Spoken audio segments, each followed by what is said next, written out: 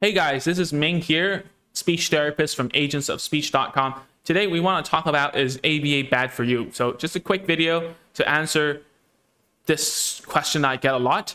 And that's because I have been an ABA therapist when I just started my career. I am now a speech therapist. I took a master's degree and so on and so forth. Most recently, people have been talking about ABA PTSD, right? Post-traumatic stress disorder. There's a bunch of adults coming out who are autistic adults who have come forward, or maybe they're not autistic, misdiagnosed or anything like that. And they come forward and say that, hey, I am suffering a lot because of what happened to me back in the day when my parents brought me to an ABA center, applied behavioral analysis therapy center. And they say that, oh, I feel really traumatized. I feel like so on and so forth. And all you have to do is just to Google it and just look around. If you're already looking for ABA, you probably would have seen these kind of things. And what these adults are telling us, these now grown-up ASD or misdiagnosed ASD people are saying, that's stressful to learn to behave to be like us neurotypical people. Okay, and the therapy methods are like we're like teaching an animal, treating them with rewards, using a different very, very rigid ways, and making them very unhappy along the way. That's what I say, okay? I'm just telling you, I am a neurotypical person. I am not on the spectrum. I am a speech therapist. I worked as an ABA therapist before. Whatever I say here is from my perspective. I am no way representing anyone. It's just my personal opinion, okay? Real quick disclaimer. So I know this topic gets pretty sensitive. Anyways, so it's not only just ABA, all right? PTSD happens whenever anyone has a traumatic experience, okay? Everyone gets a trauma from bad service in general, just bad things, okay?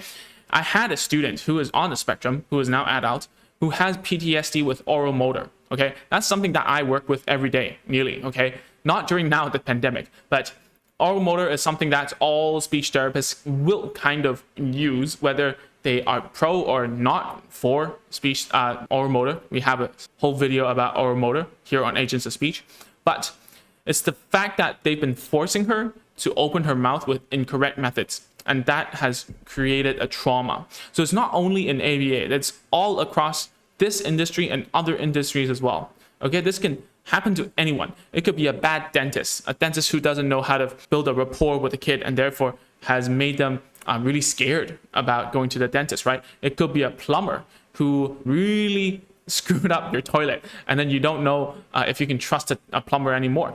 Any professional who will give you a bad experience, all right? So moreover, the people who are coming out now, who are grown-ups, who are on, or I don't know if misdiagnosed on the spectrum or not, that means they're complaining about service that is at least 20 to 30 years old, right? Or maybe 15, okay?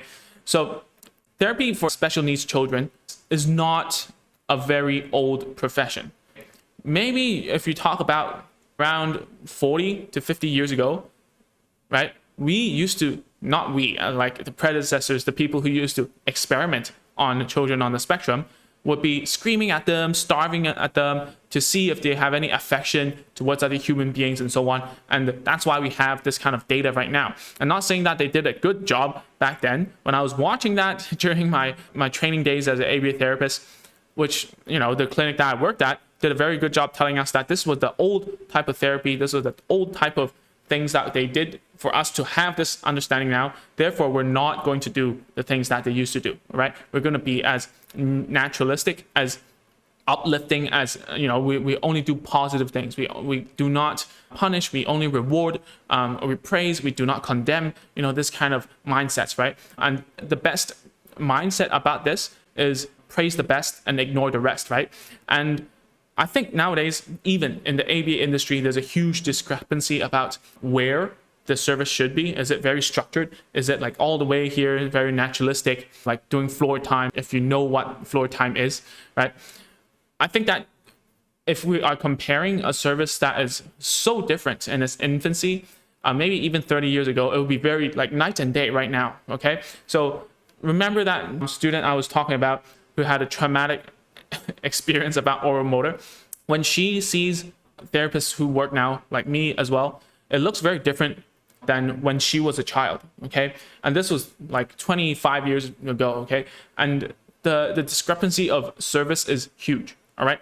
And I would like to say, with my own experience, since I have been working in Hong Kong, I've been trained by American therapists. I have attended lectures by therapists all over the world, and learning from different people, watching videos, hands-on experience, so on and so forth. I would say that there are bad apples in the industry that will or may not. I would be very careful here. Try not to step on anyone's toes. That bad service does exist, just like in any industry, right? And especially, I've also been to countries that are a little bit behind in therapy. For instance, Malaysia, Indonesia, these places. I haven't been to anywhere else, so I cannot say. But from what I see, at the very least, ABA therapists can range from like excellent and very good at talking to children, teaching them, so on and so forth, to all the way over here that they aren't very especially know what they're doing. And that's to do with the training involved, okay? So ABA isn't a very regulated industry in, let's say, at the very least, Southeast Asia, okay? Or even in where I'm from, Hong Kong. There's no regulatory body. You don't need to have a certain education in order to become an ABA therapist, which makes way for people who want to make a living off it very easily. And whereas there are majority of the people who go inside the industry are great people, because to be honest, hey, you don't make a lot of money over ABA or speech therapy or whatever, right? They're there to learn and help. And if they do something that is not good or whatever, that's actually the guidance of the people above them not being able to give them the correct techniques and so on. So even for myself, even to this day, I do believe that in the beginning, if it wasn't for the people who taught me how to do therapy in general, I wouldn't have such a good basis to go on from there, right? If I compare myself to my training when I just started to someone else, even in Hong Kong, who learned from someone else, you can see the discrepancy is pretty astonishing, right? And I'm not saying to toot my own horn, because there are loads of much better therapists out there, okay? I am only good at certain aspects of therapy. You cannot be good at everything, okay? But what I'm trying to say is that this industry, there are good, there are bad, just like anything. Obviously, one negative news will explode, and then it will make parents who want to try it hesitate. And that's where I want to tell you, you have to try in order to know if it's good for you or not, okay? And you have to take a look at, are there any testimonials, what other parents are saying, so on and so forth, and then go forward with it and try. If it doesn't work, then leave, try to find someone else, okay? And that's pretty much it, guys. If your child is hand pulling right now, that is, if you're looking for ABA therapy and this is the case, then please download my free 5-minute activity now at www.agentsofspeech.com/handpulling. Okay, guys, so that's it for this video. If you have any questions, any doubts, or if you don't agree, literally think that ABA sucks, it's of no value, then just comment below. We can have an educated conversation about it, okay? Thank you. I'll see you in the next video, which is next week. Bye-bye.